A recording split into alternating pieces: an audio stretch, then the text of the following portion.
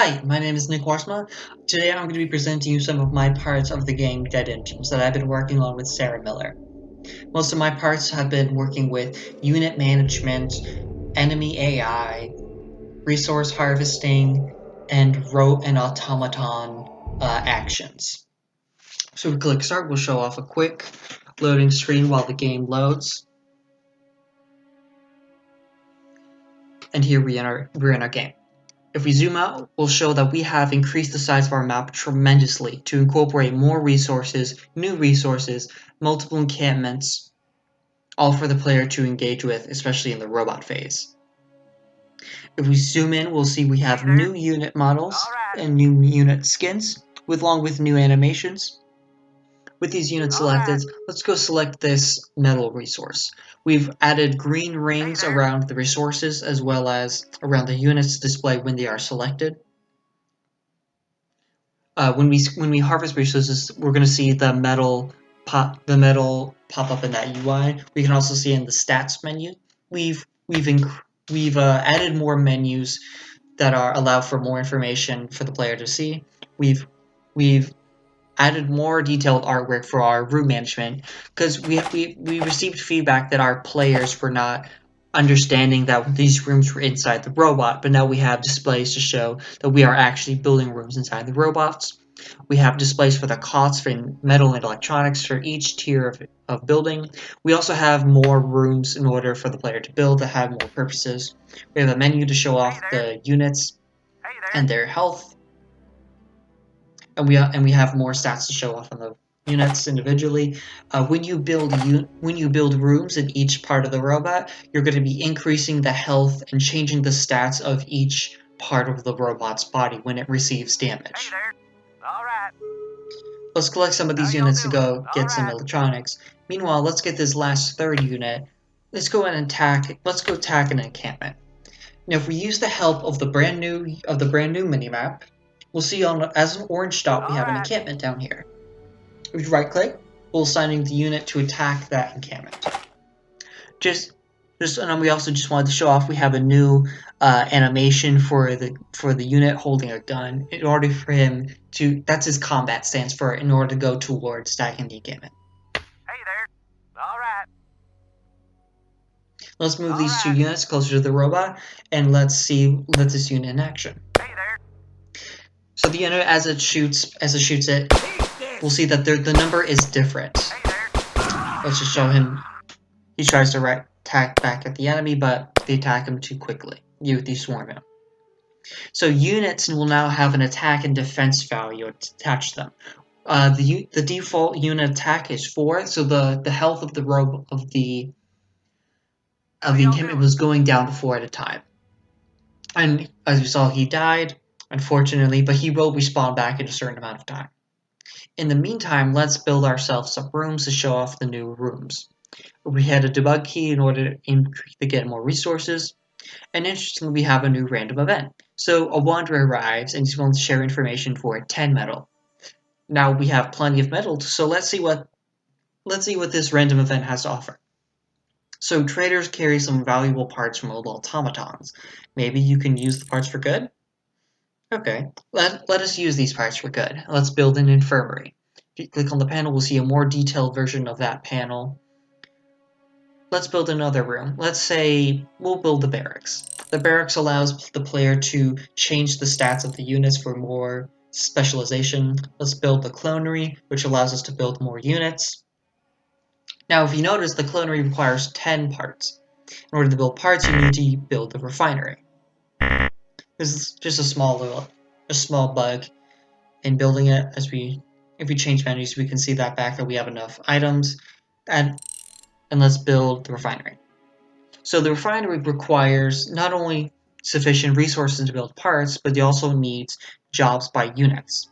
So if we see we need 10 parts in order to build a clone, we can see that we can build parts using bolts and plates. But if we try to craft bolts and plates, we cannot. The reason why is because we need units assigned to the job of the robot. Similarly to assigning the jobs to resource gathering, we can click that plus sign and add a unit to that job. which, as we see, the unit without any jobs, if there are any available, will be assigned to that job, and now we can craft plates and bolts. We'll be.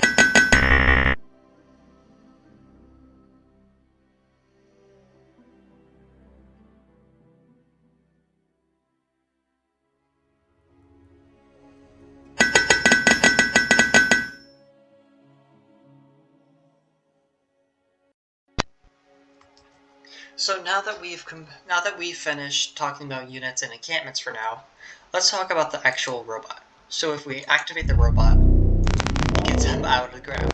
Now the animation is sped up for time purposes, but we'll see How y'all doing? that we can All now right. have the units outside of the robot and select the robot individually from the units. All right.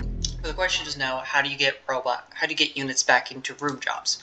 Well, if you click the robot, you click F, you can now get him back down, and you can put units back into the robot.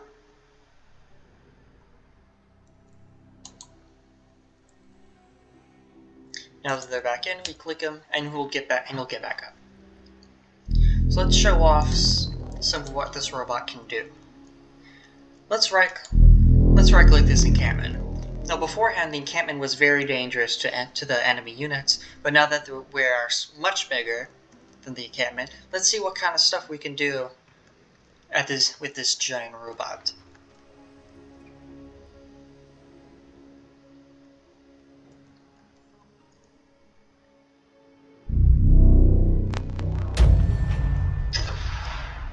It didn't even stand a chance.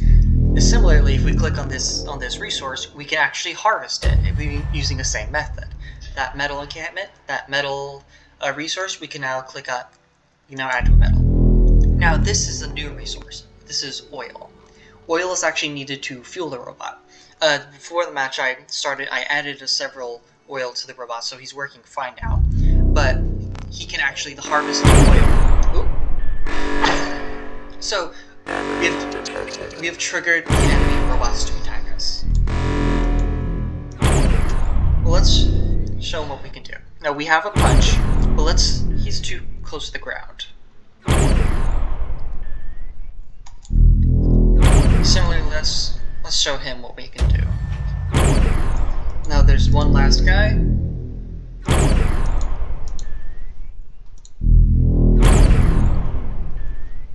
If we use the debug key, I have it so that he can move faster.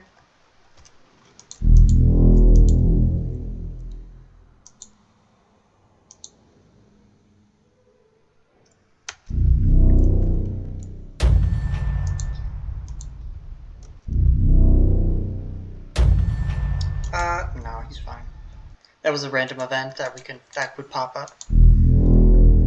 He's having a little bit of trouble with this last guy, but again, he didn't stand a chance. So let's press on further. Now, the idea is that the robot would harvest more resources as you would go by, build more rooms.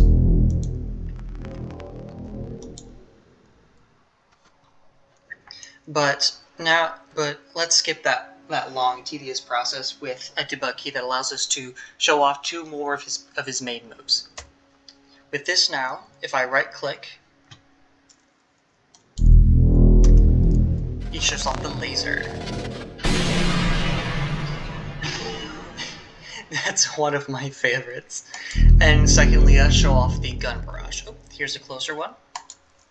With the R key, while moving, he can shoot off a stream of bullets and destroy the encampment.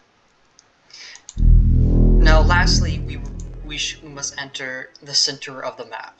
Now, there are hints to that this is where the final boss of the game is. So if we press on further, let us see if we can activate this final boss. We'll use the debug key. He's a little bit stuck, granted, but let's see if he'll chase us.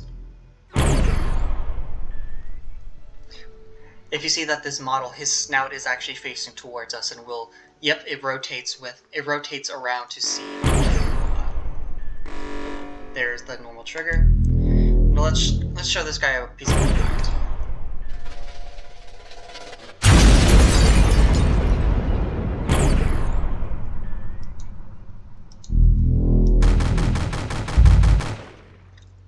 there we go. We've destroyed the final boss of the game, and now the game will return to the main menu. And that is so far what we have of our game, Dead Engines. I hope you like it. It was a pleasure being able to show you guys this game.